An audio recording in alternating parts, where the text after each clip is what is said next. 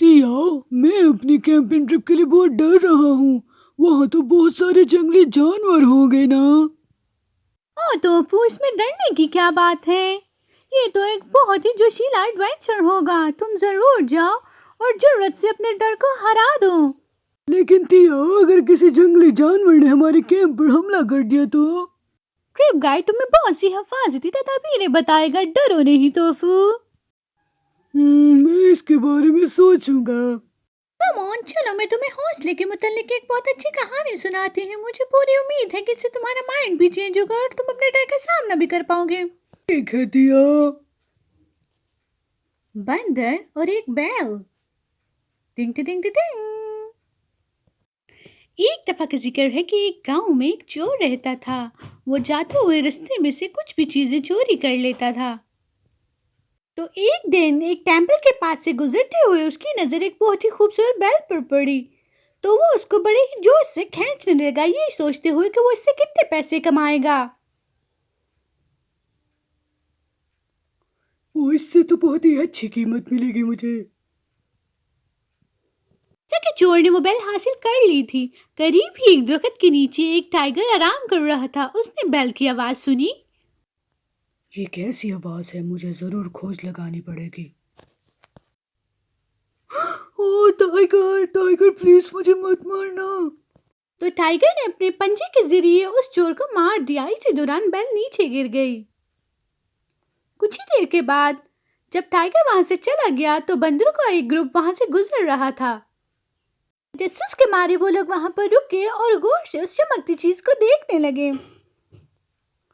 یہ چمکدار چیز کیا ہے؟ یہ تو ایک بیل ہے، اسے ساتھ لیے چلتے ہیں. بندر خوشی خوشی اس بیل کو اپنے ساتھ لے گئے. واو، اس بیل کی تو آواز کتنی خوبصورت ہے. مجھے جنگل بیل بہت پسند ہے، چلو اس کے ساتھ کھیلتے ہیں. جلد ہی وہ بندر زندہ دلی سے اس بیل کے ساتھ کھیلنے لگے. یہ جنگل سے کیسی آوازیں آ رہی ہیں؟ یہ تو بہت ہی عجیب ہے اور وہم پیدا کر رہی ہیں. ہو سکتا ہے وہاں پر کوئی بری آتما ہو جو کہ لوگوں کو مارنے کے بعد بیل بجا کے سیلیبریٹ کرتی ہو. مجھے نہیں لگتا کہ یہ کوئی بری آتما ہے. میں سچ کا ضرور پتہ کر لوں گی. تو جیسا کہ اس بہادر عورت نے رات کے وقت جنگل میں جانے کا فیصلہ کیا.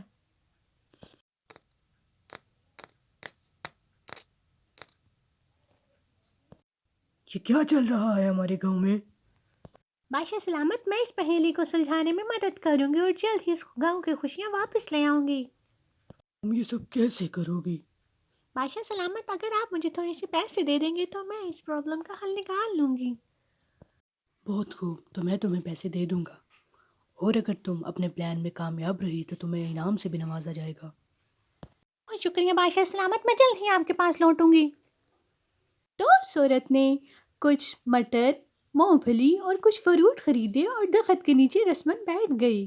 میں یہ سب بندروں کو بلانے کے لیے استعمال کروں گی. پلیز میری مدد کرنا کہ میں گاؤں واپس صحیح سلامت پہنچ جاؤں. دعا مانگنے کے بعد وہ عورت اپنا پھل، مٹر اور نٹس لے کر اٹھ کھڑی ہوئی اور جنگل کی طرف دیدہ دلیری سے جانے لگی، جبکہ رات اور زیادہ اندھیری ہوتی چلی جا رہی تھی. اس نے سارا پھل زمین پر ادھر ادھر پھیلا دیا اور بندروں کے آنے سے پہلے ہی وہ درخت کے پیچھے جا کر چھپ گئی. اس سارے پھل کو دیکھو. چلو بیل کو رکھ دیتے ہیں اور ٹریٹ انجوائے کرتے ہیں. سارے مشہور بندر مزیدار کھانے کی طرف بڑھے اور بیل کو نیچے چھوڑ کر کھانے والی چیزیں اٹھانے لگے. تو وہ عورت موقع کا فائدہ اٹھاتے ہوئے جلدی سے آگے بڑھی اور بیل کو پکڑ کر جلدی جلدی اپنے گاؤں کی طرف جانے لگی. اس نے وہ بیل بادشاہ کے سامنے پیش کی. تو تم یہ بیل لے آئی ہو، تم نے یہ سب کیسے کیا؟ بادشاہ سلامت، کو شرارتی بندر اس بیل کے ساتھ کھیل رہے تھے.